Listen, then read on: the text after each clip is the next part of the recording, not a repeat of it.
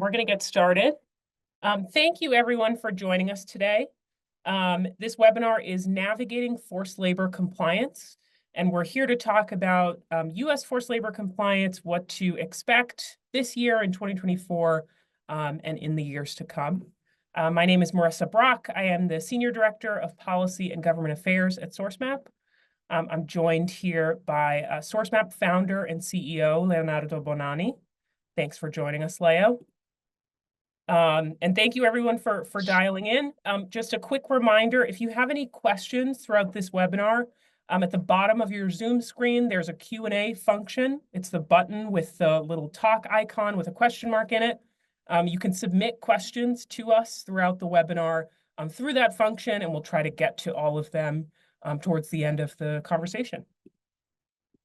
All right, so just to kick things off here and sort of set the stage about what we're going to chat about today, U.S. forced labor is an ongoing and really critical compliance topic.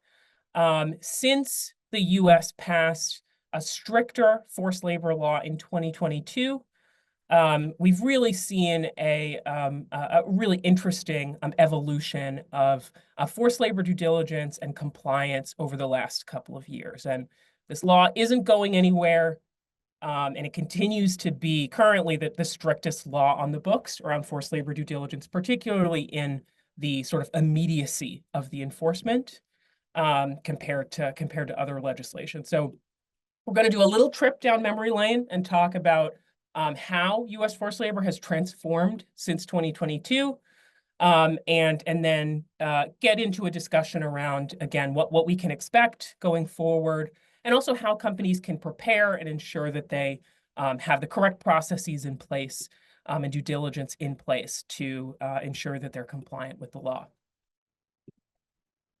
So a little bit of background that I want to sort of tee up here, a little bit of Sourcemap background, frankly. But in 2021, Leo had the opportunity to testify before the Senate Finance Committee on Forced Labor. This was a bipartisan committee that was made up of members of Congress who ultimately championed the U.S. forced labor regulation that went into effect a year and a half after this hearing. But this was a hearing to sort of set the stage, come together and talk about the issue of forced labor, the issue of products made with forced labor entering the United States, and essentially what to do about those products, how to enforce a forced labor law in the U.S., and how to sort of crack down on this issue at a global scale. So, Leo, I'd love to hear from you a little bit about your testimony during that hearing, your experience participating, and what were some sort of early learnings that we might have had all the way back in spring of 2021 around how the U.S. was thinking about forced labor. Absolutely. Thanks, Marissa. It's a great throwback to March 2021 when it was a different world and U.S. forced labor enforcement was really just starting to be defined. And I guess a few of the important things that people might not know or might not remember if they didn't see the hearing. Well, the U.S. has taken a very pragmatic approach to forced labor enforcement, where they have been looking for, I guess I would say, business-friendly solutions, approaches that could work. And so they had this hearing entitled, I think it was Traceability Technologies to Combat Forced Labor in Supply Chains. And so they already knew they needed to have some sort of process that could be implemented by industry to prevent forced labor, but also that could be implemented by industry from an ease of use perspective and from, frankly, like a competitiveness perspective, right? Nobody wants to compete with companies that use forced labor, and it's very hard to do that. At the same time, perfect traceability, perfect monitoring has never been possible. So they were looking for a middle of the road solution. They brought me in. I know we worked on this prep together a lot before the hearing as really the only solution provider. Sourcemap, we've been helping multinationals map their supply chains down to the raw materials for a very long time. So even starting as early as 2012, we had gotten back to cocoa farms in West Africa to look for deforestation or forced labor. We had gone to the Brazilian leather supply chain back in 2018, 2019, because of all the concerns around Bolsonaro's new forest fires.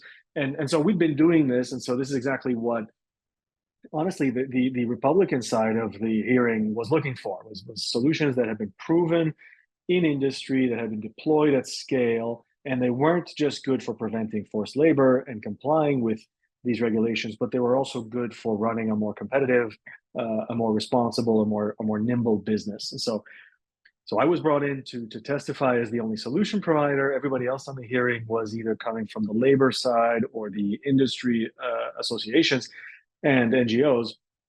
And really my job was to say, how companies can actually map their supply chains to root out bad actors, essentially identify all the actors upstream, get all the way back to the raw material, make sure nobody is already known to be a banned entity that's been listed by US Customs and Border Protection. And then secondly, how do they trace the products that are coming into the US to make sure that they haven't been tampered with somewhere along the chain of custody, so that products made with forced labor could find their way in a supply chain that otherwise looks compliant. And so, we explained it, and I think my takeaways were, first of all, amazing that the regulators that are dealing with this pretty lofty topic, human rights, forced labor, are willing to bring it all the way down to day-to-day. How does a business implement mapping and tracing to prevent forced labor, and what amount of visibility is reasonable and could be expected for regulators? So that was pretty impressive. I think the other thing is that, they were even looking at pretty advanced solutions. I know they were already looking to track the seafood supply chain, which is one of the hardest to map. They brought up satellites, they brought up blockchain. So it was actually a much more, I think, tech forward hearing than you or I expected to see from the US Senate Finance Committee, especially in 2021. It was the first hearing where supply chain mapping was really spelled out into the record and into the statements that we submitted. And then we definitely saw that take shape in the CBP importer guidance that came out a year and a half later for forced labor. And then we see a lot of manifestations of that actually in other supply chain due diligence laws that we're seeing get passed in other countries, and especially in the European Union. That's actually a great segue into how we sort of think about the US forced labor regulation in the context of some of these supporting or parallel pieces of legislation coming from Europe, but also in Canada. There's really forced labor laws passing around the world. Canada's S211, the Fighting Against Forced Labor and Child Labor in Supply Chain Act, is the full name, is already in effect. The first round of reporting was due at the end of May. The EU forced labor regulation was just adopted. It goes into effect or enters into enforcement in the second quarter of 2027. So we still have a little bit of a ways to go on that one. But what does this really represent? This represents that countries around the world are really cracking down on forced labor and supply chains, and they're trying to work with one another. We know that the US and the European Union have been in communication about how to collaborate to really successfully tackle the issue of forced labor in products entering those regions.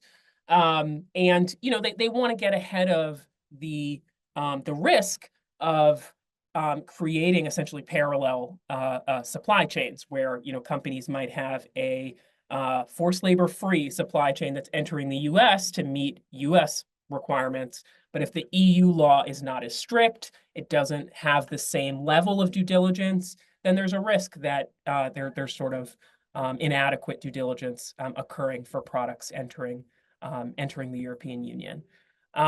It will really be interesting to see how the EU forced labor regulation continues to evolve. Of course, it's been adopted. There's always the possibility of delegated acts in the lead up to 2027.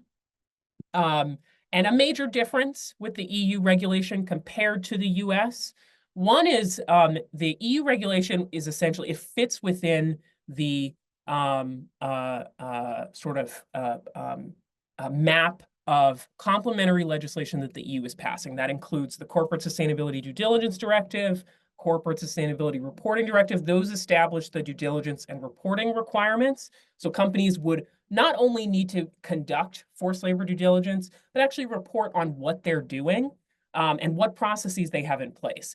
That level of reporting doesn't exist on the US side. There's no annual report to comply with the US forced labor ban.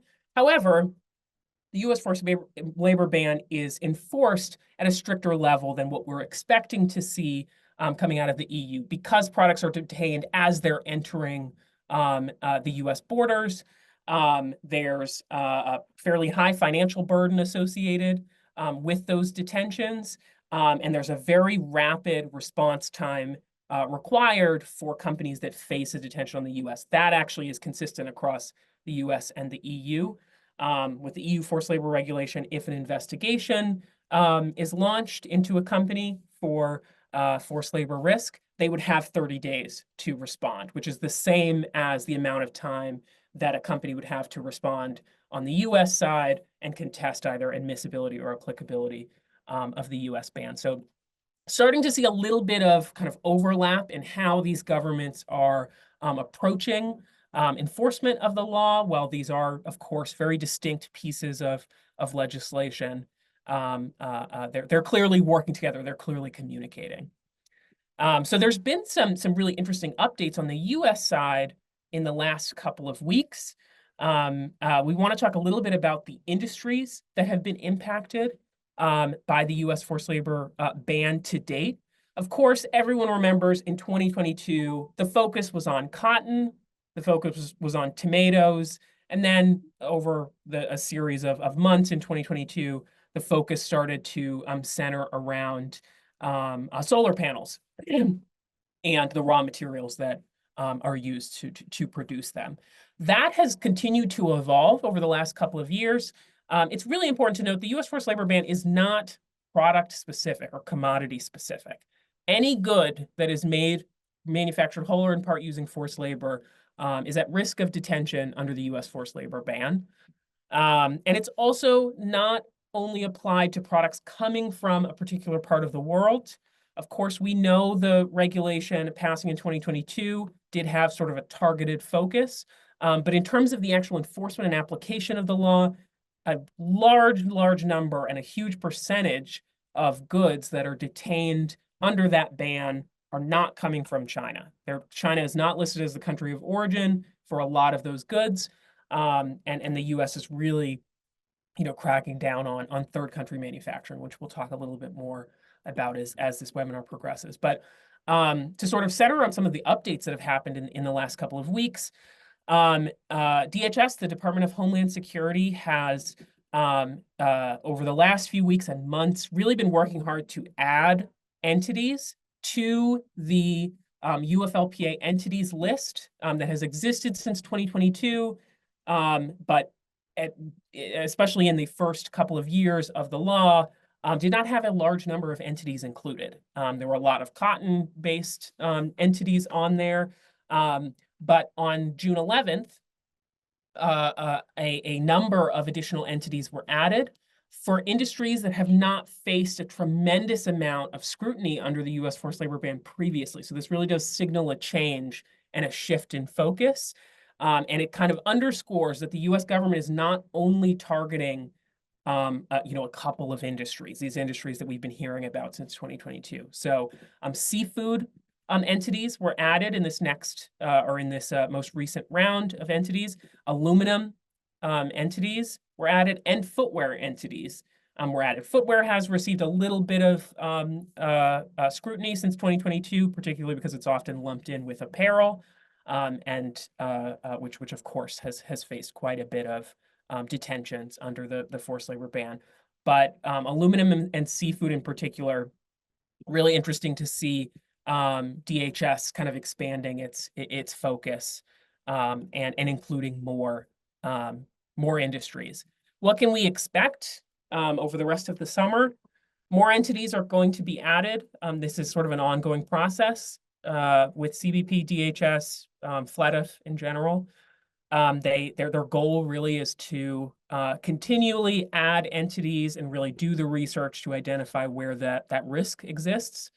And some industries that have, skirted by to some degree since 2022, like consumer electronics, the automotive sector. We know that these are sectors where there's research being done to add appropriate entities to the entities list, and so we may see increased detentions, increased seizures across those industries as the summer progresses. So, Leo, I want to turn things over to you to talk a little bit about, how should companies prepare for U.S. forced labor enforcement? What are some of the things we've learned at Sourcemap over the last several years of working with our customers on forced labor due diligence? What are some learnings that we can share with our audience today? And I think this goes hand in hand with the sort of expansion of the list that you're talking about, and the addition of new industries. Or as I mean, you know very well because you go to DC all the time. But there is some movement, and I think, I guess going back to the original theme I was bringing up, which is that the U.S. regulators are very much keeping an eye on what technology is available and what can be reasonably expected from companies. I think what we're seeing is that automotive, electronics, seafood, they have all had inherent challenges in mapping their supply chains, either because so many parts go into electronics and into automobiles, or because the sort of inherently fluid nature of the seafood supply chain. And so now that mapping has been done at scale in the more static industries where there might not be huge turnover, they're able to expand. And what we're seeing is, at Sourcemap, working with companies that buy seafood and trace it, working with auto companies, electronics companies, they're able to map now. What's happened is a shift from mapping sort of once a year for what was usually a sustainability type of reporting, to now mapping at the transaction level, even at the product level or at the part level. And that's happened through a shift in technology and a shift in supply chain mapping, where essentially the suppliers are much more ready, willing, and able to share data on a frequent basis. So there's a few things that have really shifted. So I think, if in case anyone on this webinar doesn't know, the way supply chain mapping works is you have to ask your suppliers who they buy from, and they have to tell you. And if that doesn't get you to the raw material, you have to ask those suppliers who they buy from. The reason you have to ask is that this is all about accountability and attestation. So at the end of the day, the US government wants you to know who you're in business with, and they want those people to know that they're in business with you. And that way, any kind of an issue that arises in terms of standards for human rights or sustainability actually becomes an issue of a business relationship and a contractually binding accountability condition. But companies are essentially saying, you can't do business with us if you won't make your supply chain compliant. And in order for us to know that it's compliant, it has to be transparent. So those are table stakes. Now what's happened is US CBP, the detentions are essentially at customs, and they are being enacted on individual shipments. So what industry has had to develop, and we've been there every step of the way, is a way to map not the whole supply chain, but map the actual supply chain for that container, for that product in that container.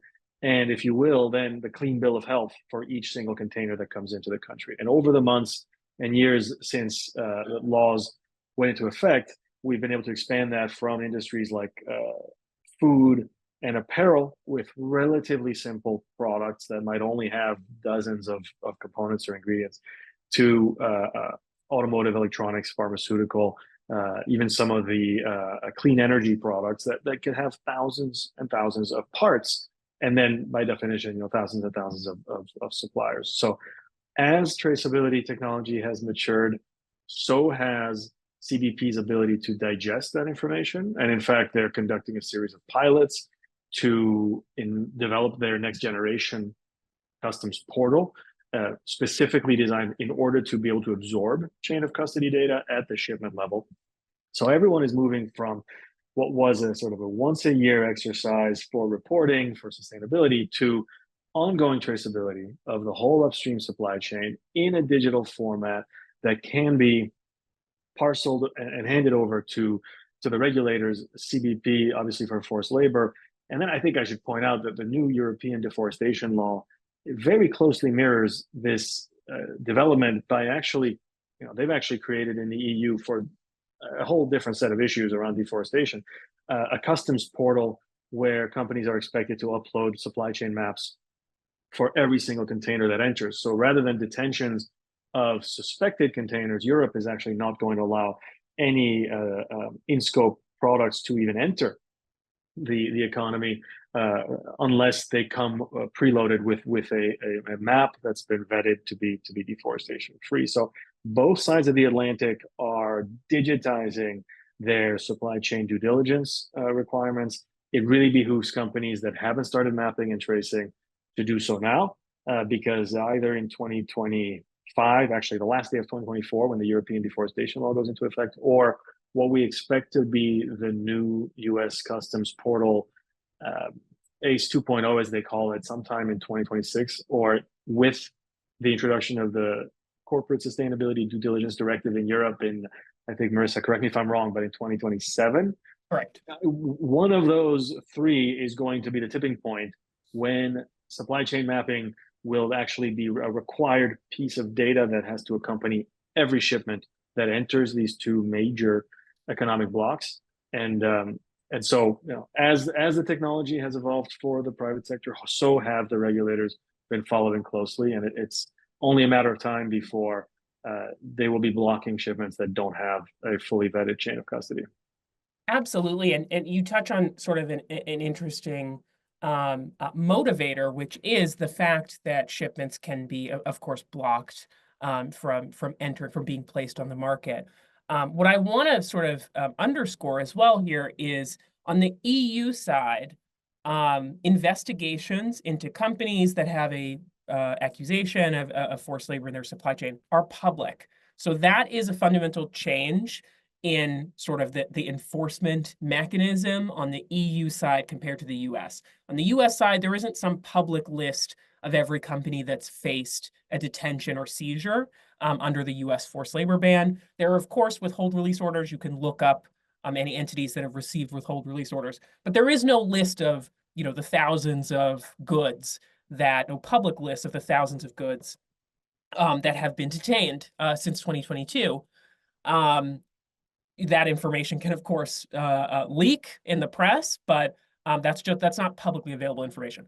On the EU side, they will be creating a single portal for companies and others to view when an investigation has been initiated and what the results of that investigation are. So much, much higher reputational risk, potential for reputational risk, if forced labor is identified in your supply chain. And this is something that we're starting to see more governments and more sort of competent authorities, the enforcement agents of these laws, use as a motivator, this public-facing reporting on the results of these findings and these investigations. So really a key difference between the two laws. On that note, something that I wanted to make sure we talk about a little bit here is what the detention statistics have looked like over the last couple of years on the US side. So, I mentioned that motivator, that reputational risk motivator, that of course is driving companies on the US side as well, but is absolutely I would argue, a stronger driver on the European side because of the risk that, these investigations would be fully public. However, it really is important to know how to interpret the detention statistics that are coming out from US Customs and Border Protection, because some companies do tend to use these statistics to assess how risky it is for their business and for their industry. How much attention is, their particular industry receiving from Customs and Border Protection. And that isn't really the best way to determine whether or not you should be conducting forced labor due diligence. Because the law is in place, you should be conducting forced labor due diligence. You need to know what every single supplier in your upstream supply chain, who they are and what they're doing. You can't use the excuse that you didn't know. If you receive a detention and a supplier is identified as either being on CBP's entities list or having some connection to forced labor, perhaps they've received a WRO, the excuse that you didn't know they were in your supply chain will not cut it with Customs and Border Protection. And arguably more important, there are a lot of detentions that are currently omitted from the detention and release statistics being published by Customs and Border Protection. Every quarter, they publish how many, the aggregate amount of detentions that occurred, the percentage of those detentions that were released, and then the industries, the associated industries that were impacted by those detentions. But they are not including any shipments that were re-exported to the country of origin, which is an option that importers have when they receive a detention, or abandoned upon import, which also happens at a fairly significant cadence when detentions occur. So that is a potentially large percentage of detentions that are completely omitted from those statistics. What does that mean? That means that just because you're not necessarily seeing the industry that your business falls under on that list of industries that have received the highest amount of detentions, that doesn't mean that CBP is not looking at your industry. And it's also important to sort of properly contextualize the or properly interpret the industries that CBP is listing on that dashboard. Those industries are defined by Customs and Border Protection. So you see some industry definitions that maybe don't match how the industries themselves would sort of categorize themselves. For example, electronics on that dashboard include semiconductors and solar panels. That can be a little misleading because perhaps if you're looking at that, you might be assuming that that is just consumer electronics or, you know, whatever other category that you would qualify electronics under. And so it's important to know, you know, how those industries are being categorized. And also the fact that at the beginning of this year, at the beginning of 2024, the Department of Homeland Security received a budget allocation of $115 million to increase staffing and enforcement associated with the U.S. forced labor ban. They have really been using that funding. We're now in June, we're about midway through the year. The amount of detentions that have occurred between January and June have surpassed the total amount of detentions that occurred in 2023. So we're really moving at a much faster clip here in terms of the total amount of detentions. When that information is not necessarily reported for every single industry that's being impacted in the press, it may be easy to, you know, become complacent and think that the U.S. is not cracking down as significantly as it is on forced labor, but there really is a lot of motivation from government to address and continue to address forced labor in supply chains. I know we have a few questions coming in the Q&A. I want to pause for a moment and answer some of these. So, excuse me, I see a question here. Is there a timeline of expectation of how companies expectation of how companies get added to the UFLPA entities list? Is there a larger list outside of the UFLPA? So great question. In terms of timeline, no, there's no specific timeline of, CBP will release another round of entities by August, September. We don't know that. What we know is this is a huge priority for them in 2024. So we've already had two rounds of press releases where entities have been added to the list. We know from our contacts in DC that there are more entities that they plan to publish before the end of the year. But we don't necessarily have a timeline on that. This just has been, a major enforcement or a major priority for those teams. And in terms of, is there a larger list outside of the UFLPA? That actually is a really good question because the UFLPA entities list is not the only list that the US government, that FLETF might be referencing or using as a justification to detain a good. That is the list of entities where research has been done to say, we are fairly certain that there is some forced labor risk with these entities. And if you've looked at the list recently, it's not a large number of names.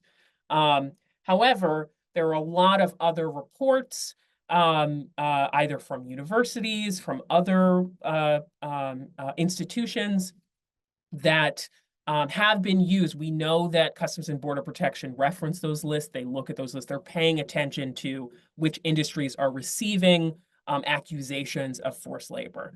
In terms of other lists that the U.S. government is also looking at, of course, any entities that have received a withhold release order, but also entities that have been sanctioned by the U.S. Or areas that have been sanctioned by the U.S. This is sort of broadening to U.S. or forced labor in general, not specific to the UFLPA, but just forced labor as a concept is products made with forced labor are illegal to enter the United States. Before the UFLPA went into effect, that was a law on the books. Of course, there were major loopholes in terms of enforcement on the U.S. side. But if you have a sanctioned entity in your upstream supply chain, that would also be justification for a good to be detained at the border, even if they don't show up on the CBP entities list. So really important to really understand kind of the full landscape of what the government is looking at and how they might be enforcing the law. I want to remind folks, if you do have questions, please feel free to continue to put them in the chat. We'll make sure that we're answering as many as we can during this discussion. I want to just quickly talk about sort of what we expect for 2025 and beyond. As I said, each year, Department of Homeland Security has received a really substantial budget allocation since the UFLPA went into effect to increase enforcement. That is continues to be a fairly bipartisan issue. Of course, it's a challenging landscape now compared to 2022, but this is a fairly bipartisan issue in terms of the importance of addressing goods made with forced labor from entering the U.S. So the reason that I say that is just to further underscore that this law isn't going anywhere. Regardless of the outcome of the election in November, this is really a law that is prioritized in the U.S. And we're going to continue to see additional entities added to these lists. We're going to continue to see additional staffing and enforcement measures. Leo mentioned earlier a little bit about ACE 2.0. This is going to be a sort of fundamental evolution in the way the U.S. collects information for goods entering the country, what information they collect, and to Leo's point earlier, how much information needs to be provided upon import. So we really are moving towards that EUDR model, the EU deforestation model, where that information needs to be proactively collected and provided to governments. That's not going to happen today, tomorrow, but on the U.S. side, that absolutely is how the government's thinking. And they want to do a better job of ensuring that this information is they have access to it before the goods are entering the country. So that's definitely something that we can expect to see in the next couple of years. Anything to add there, Leo? No, I think you covered it. I mean, I get this question a lot from our customers in Europe around the election and whether that's going to change anything. And when we look at the tendency really on both sides of the aisle to flex their muscle, it was with all the prep we did, I don't think any one of us could have foreseen such a bipartisan hearing. The hearing I participated in, or the subsequent hearings around this law, and what's more, what we've seen in Europe has been very similar. So it looks like fighting forced labor is a political winner, no matter what side of politics you're on. In part because it's the right thing to do, but of course it's also competitive, and it really strengthens domestic industries, strategic industries. And I think that's, you know, while the US and Europe both take a very strong look at renewables, sort of the new industries like electric cars, they're realizing that they have to control more and more of those supply chains, and they're leveraging these laws not just to do the right thing, but to strengthen their position and their ownership of the upstream parts of those supply chains, the batteries, the critical minerals, many of the electronic components. So it's really become a strategic play. I think the way I position it to our customers is it's also strategic to run your supply chain, because if you don't know who your tier 3 and 4 and 5 are, and something happens, you know, we saw all the disruptions that came with Ukraine.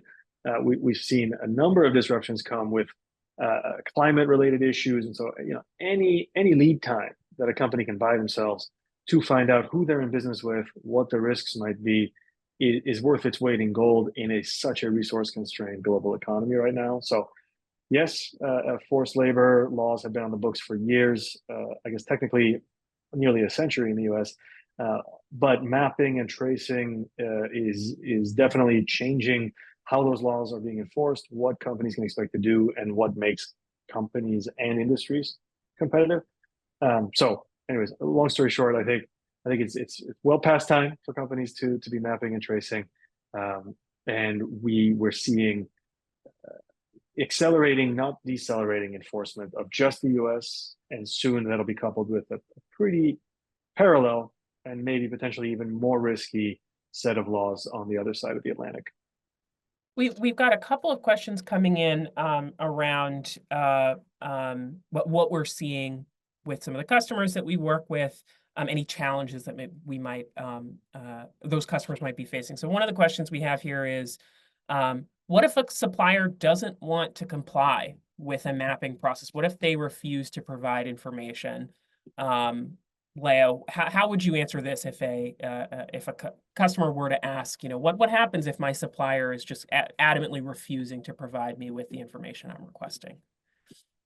Look, the requirements for of mapping your supply chain are now becoming, they're just a business requirement. They're part of vendor qualification. So what we've seen our customers do is build this process into how they decide who they're going to do business with. If you can map, you can win the bid.